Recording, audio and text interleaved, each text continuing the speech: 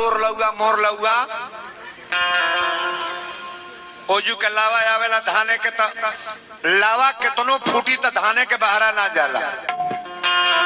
एक भाव में नियम बा, धान का लावा कैसो भी आप भूजोगे ना तो धान से बाहर नहीं जाएगा। लड़की के घर के लावा या उ लावा दोनों एक में मिलावल जाला। इमली घोटावल जाला कि ना? इमली को अक्षर है, को अक्षर बा इमी, 3 अक्षर का नाम है। गौर से सुनना, हर भाई अपना बहन के इमली घोटावे जाला। हम घोटौले बनी, हमारो 2 बहन रहली, एक जना तो ना बाड़ी जना बाड़ी। हर भाई अपना बहन के इमली घोटावे ले, तब भाई अपना बहन घरे का कर जाला? कसम खाए। कौने तर से 5 बेर पल्लो कटाई है, 1 लोटा पानी गिरा के पुछिए बहना जुड़ैलू तो बहनिया मुड़ी लावली, हाँ भैया अब जुड़ैली। 3 गो अक्षर है। हर भाई चाहे गरीब होके या अमीर 3 गो चीज देला, 1 लोटा पानी, 101 रुपया नगद, एगो साड़ी। अपना बहन से कसम खाई जाला कि बहना तो के पूछी चाहे ना, बोलाई चाहे ना, कोनो परेशानी में भाग पड़ा के इबे तो ई साड़ी, 1 लोटा पानी, 51 गो रुपया तोरा के मिली। कौन चीज?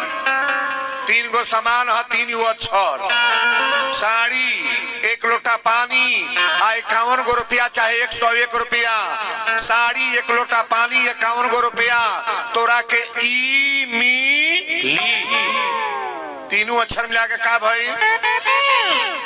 एक कहल जाला मिली। हमरा बहन लोग आवेली कि छोटी बड़ी रुपया दुआरे धेन गाय रे, आई मिली घोटा वाला कहानी नहीं गवाला, ओही में कलानौरी गवाला।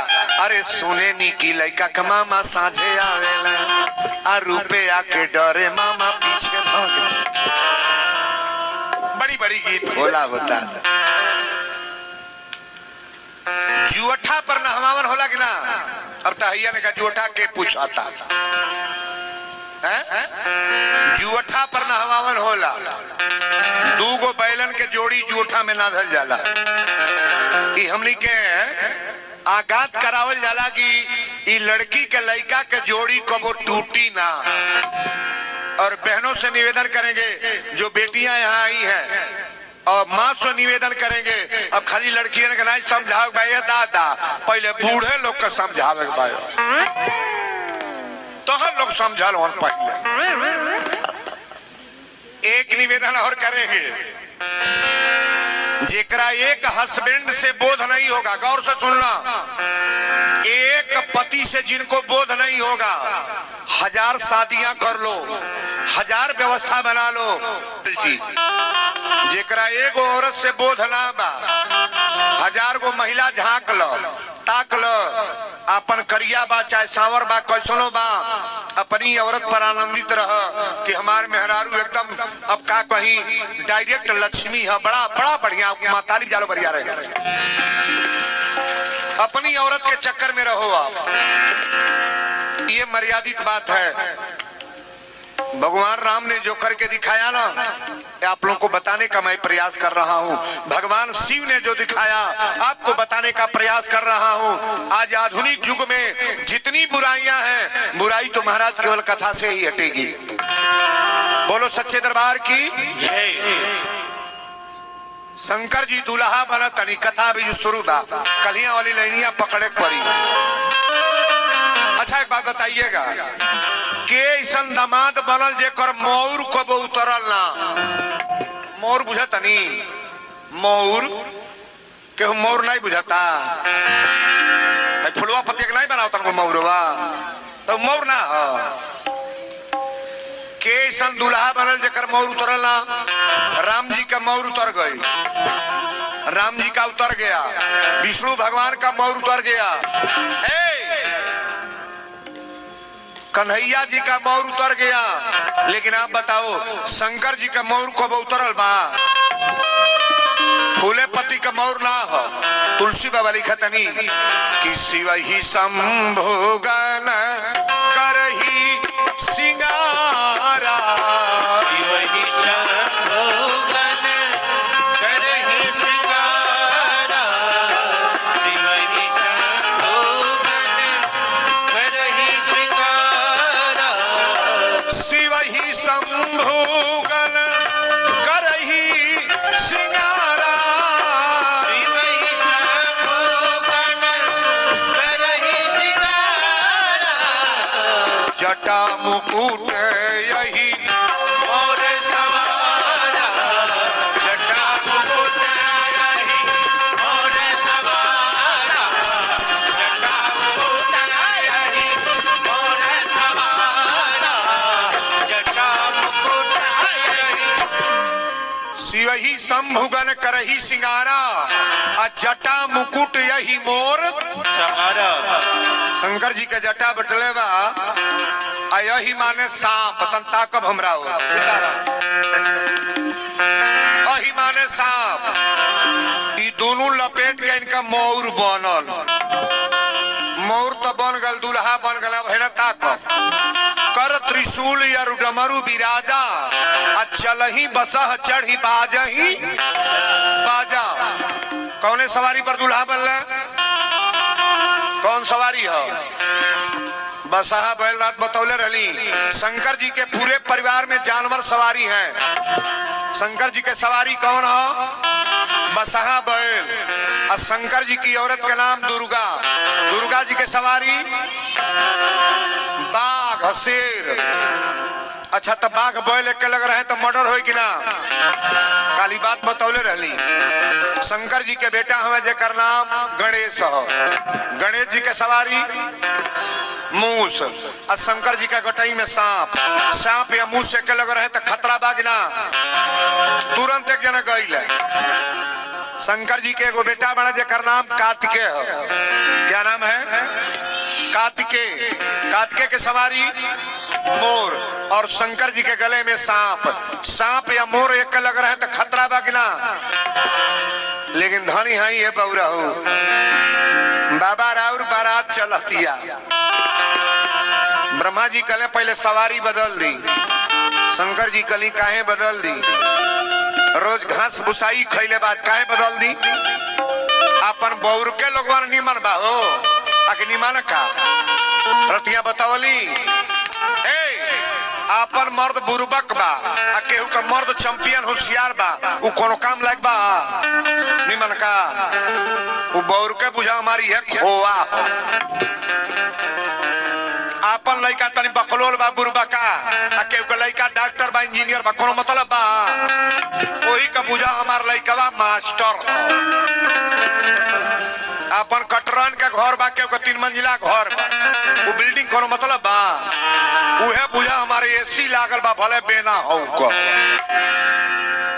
गलती ना होता हो। जौन अपने काम में आवे उहे नीमन बाए बाबू, लेकिन वो अच्छाई आपके काम में नहीं आएगी बाबू ना। अपने काम में तो अपने आई। शंकर जी के बारात चलल बा। तुलसी बाबा एगो चौपाई लिखल है, जस दूल्हा तस बनी बाराता, जस दूल्हा तस बनी बाराता, जस दूल्हा तस बनी बराता, कौतुक विविध होई मग जाता।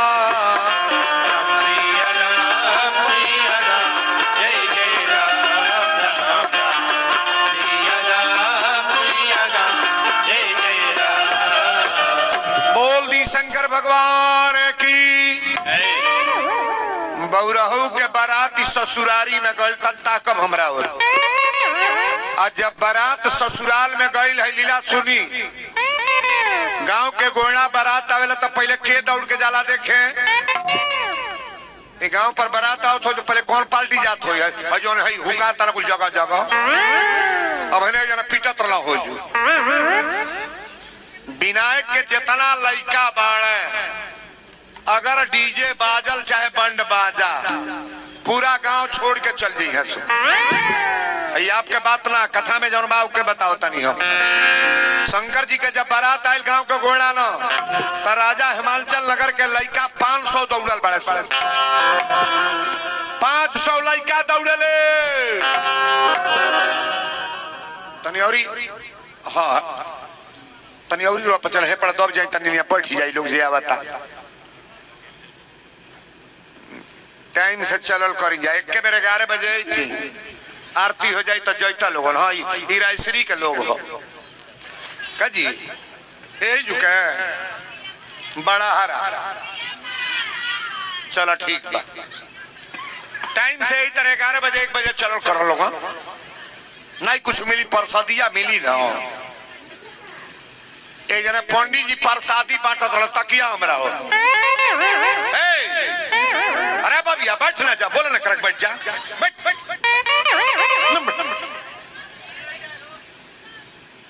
जहां मन करता है बैठ जा।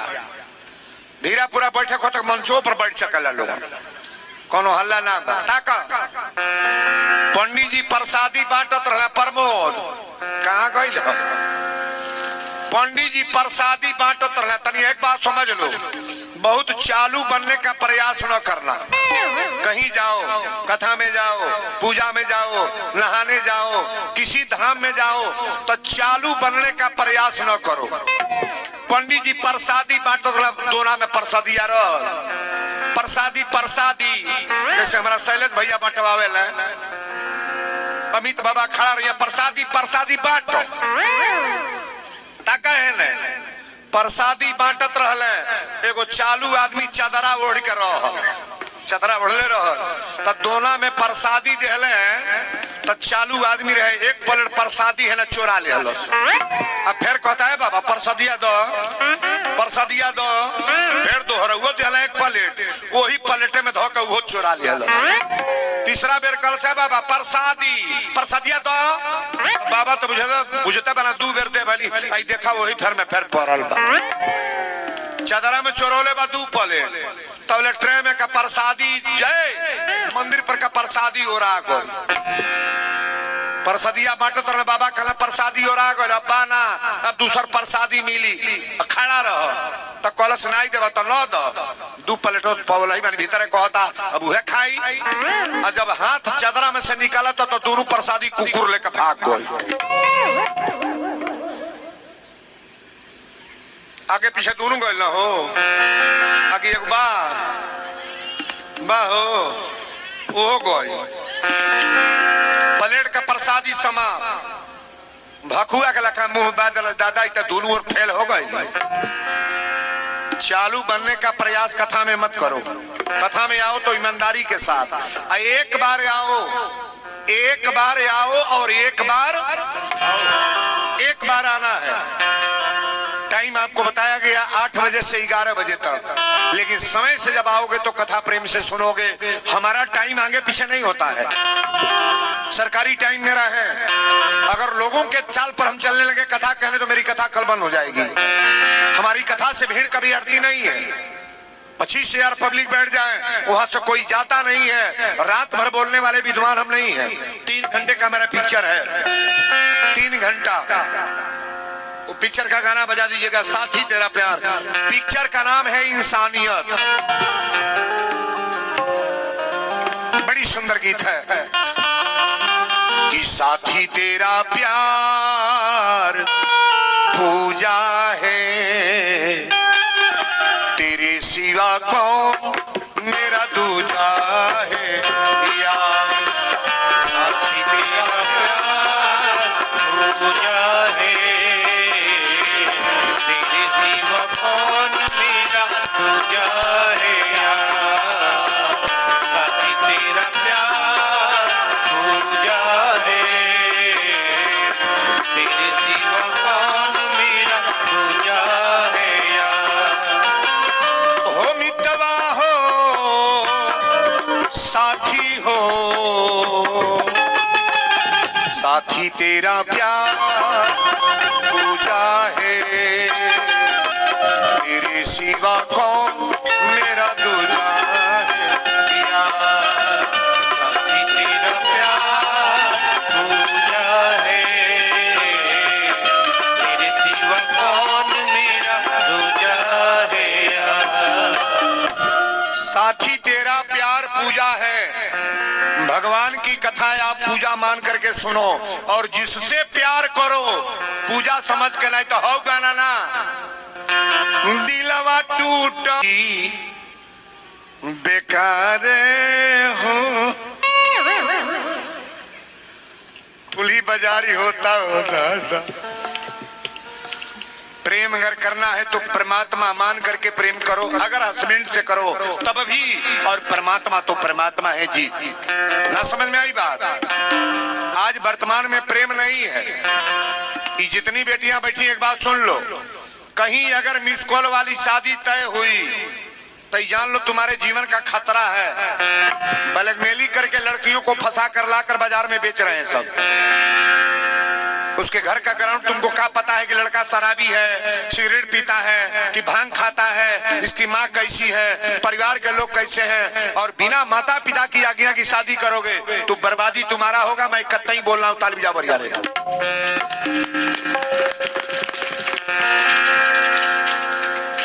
कई जने के बौरो लागत हो जब मोबाइलवा पर जमल रहता, वही के सिखावे बैठल बानी हम। निवेदन करेंगे आप सभी लोगों से, कुंवारा तो कोई रहता नहीं है। एक बात और सुन लो, एक महिला कलश की बाबा हमारा तो 8 गो बेटी हो गल, बड़ी कैसे बियाह हुई। वीरेंद्र बाबा व्यास गद्दी से बोल रहे हैं, अगर 10 गो बेटी तोहरा पैदा हो जाई वो लड़किन के बियाह हो जाई। अगर माइयो मर जा बापो मर जा तो वो बियाह हो जाई। गांव में चंदा लगा के लोग शादी कर देंगे। मौसा मौसी बियाह कर दी है, नाना नानी बियाह कर दी है। कहीं धरती पर सुने हो कि लड़की कुंवारी है कहीं? 10 को बेटा पैदा करो वो लोग का बियाह हो जाई। 4 जना रणु है घूमी लो।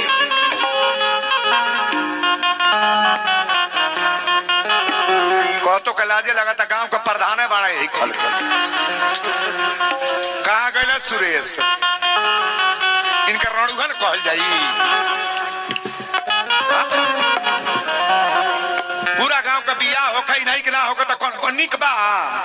अच्छा के चाहता कि बंड बाजा बाजा उठावा हाथ तो बढ़िया रहे, बजा ताली पर कड़कड़ा। अब की पारी वीरेंद्र वक्त तोरा बियाह में तिलके में आवे के बा।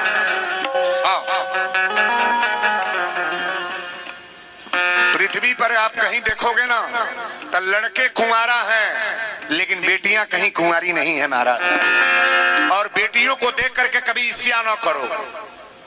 आज बाप भी है ना तो हर घर वही तरह खाली हो जाएगी। लड़कियां जाने के बाद कभी मैकी की बात नहीं होती है महाराज।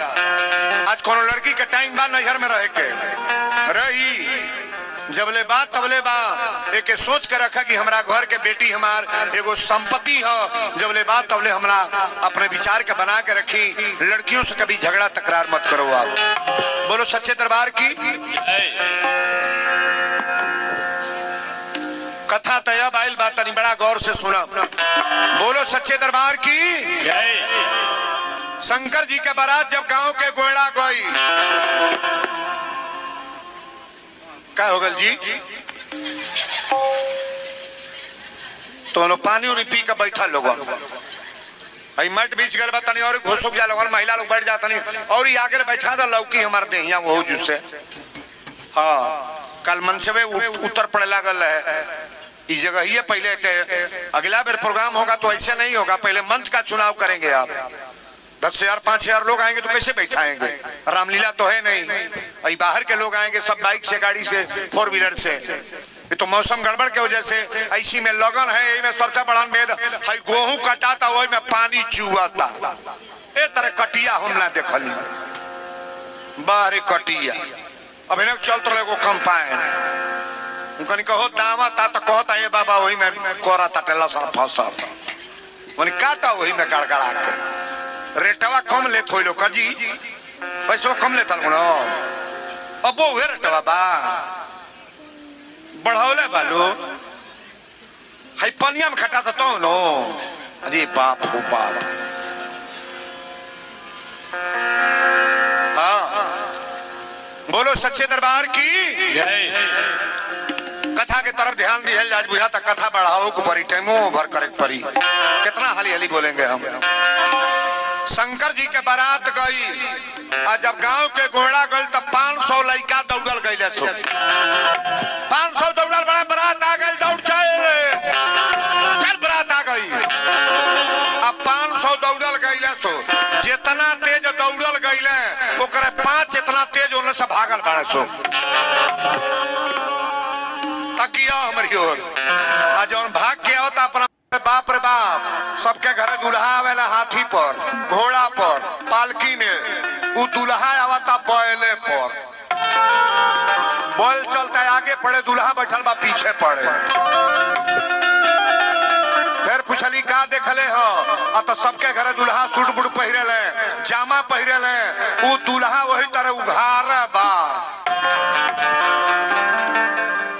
कमर में एगो बाघंबर लपटले बा काने में बिच्छी का बाला है एते एते बिच्छी गटई में सांप के माला हाथ में त्रिशूल डमरू और ओकरा कपारे में से गरगर गरगर मशीन जैसे चले पानी गिरता। महतरिया कल दादा एक खल का दूल्हा होता तब तक बड़ा मुश्किल हो जाई। लइकवा कल आज गांव में केहू बची ना पूरा गांव राजा हिमांचल के नगर के मर जाई जे बचत रही उहे दामाद दुल्हा देखी। एगो लइका कलसमाई रे केवाड़ी बन कर कली ते का देखले हो आ त 500 भूत ओइ तरह उघारे दौड़त ताड़े सो। शंकर जी का बौरहू का बारात हो 500 भूत मतरिया कली कैसन बाड़े सो आ त करिया करिया देही बा भर देहिया बार बार। एगो लइका कलसमाई रे केवाड़ी बन करे हाड़ा या बिच्छी जितना जानवर बाड़े भन भन भन भन कह के गर्दा गर्दा मचा के आवता। लेकिन शंकर जी का बारात जब दुआरी के सामने आयल ताकब हमरा द्वार पूजा के टाइम भइल लइका तो लुका गइले सगरी लइका लुका गइले।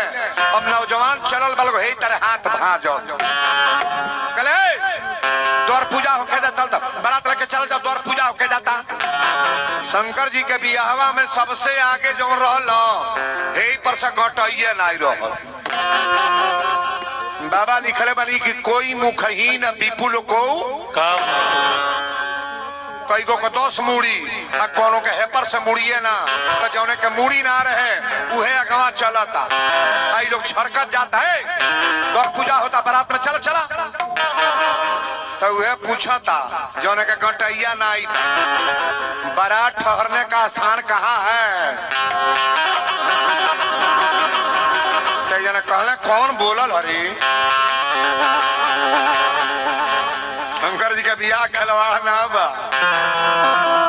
हे में बिना बिना गटई के कोनो महिला बैठल होक है हे तर मुंह तो पले होक एक बैग उखाड़ के पीछे में है लुगा हटा के कहे दीदी रे कब आईली हो तो जो रह के भागो हमें क्यों बैठी पूछलस बारात ठहरने का स्थान कहाँ है जौने के हेपर से मुहवे नहीं बा गटैया लइके उहे पूछा था तो जिन करे जा के कमजोर वाला 3 ता ढोई के बेहोश हो गए लोग बरियर का भागल बड़े आ जौन भागत फिर लौकत ना बा तंता कब है ना भंडारा चलता ना रसोई परवल चलता जब पनीर ओरा जाई तो पनीर वाला जो परोसे वाला बा फिर लौकी हो अभी मांगता ना पनीर वो कहता गोल बने आने पनीर जनतो बा ओरा को बड़ी चाल हो महाराज। लेकिन बारात जब दरवाजा पर गइल बा तब लीला जी शुरू बा कि मैना सुबह आरती सवारी मैना सुबह आरती सवारी मैना सुबह आरती सवारी मैना शुभ आरती सवारी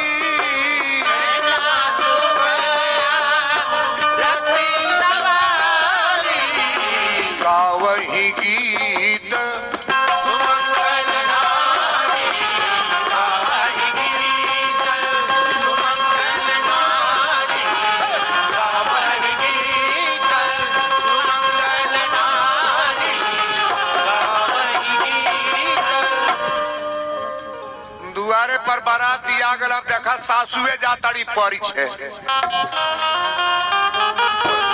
मैना शुभ आरती सवारी है गावही गीत सुमंगल कारी।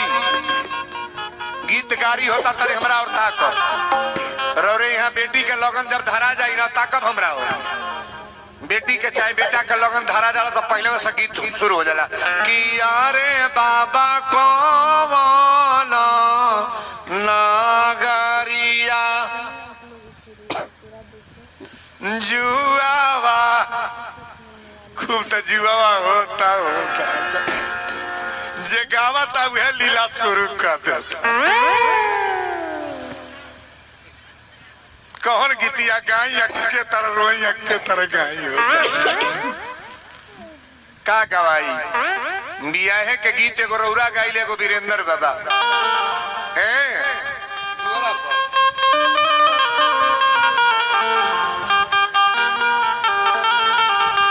लोग जितना लोग बानी देखी बियाहे के गीत वीरेंद्र बाबा गावे तक करेजा टूट जाला। अब बियाहे के गीत अगर विधिवत होखे लागे ना तो कैसनो महतारी बात चाहे चाची बाड़ी उनका रोआई आ जाए। हमरा बहन लोग आवेली अरे कथी के करे जावा पापा हो बनौले बाड़ा आ जांघे बैठौले बाड़ा हो। अरे कथी के करे जवा पापा हो बनौले बाड़ा हमके बिसरौले बाड़ा। लेकिन गीतिया वीरेंद्र बाबा गावे जाता है ठीक बा रहे तो सभी लोग भाव से गाएंगे। हरे अंगना में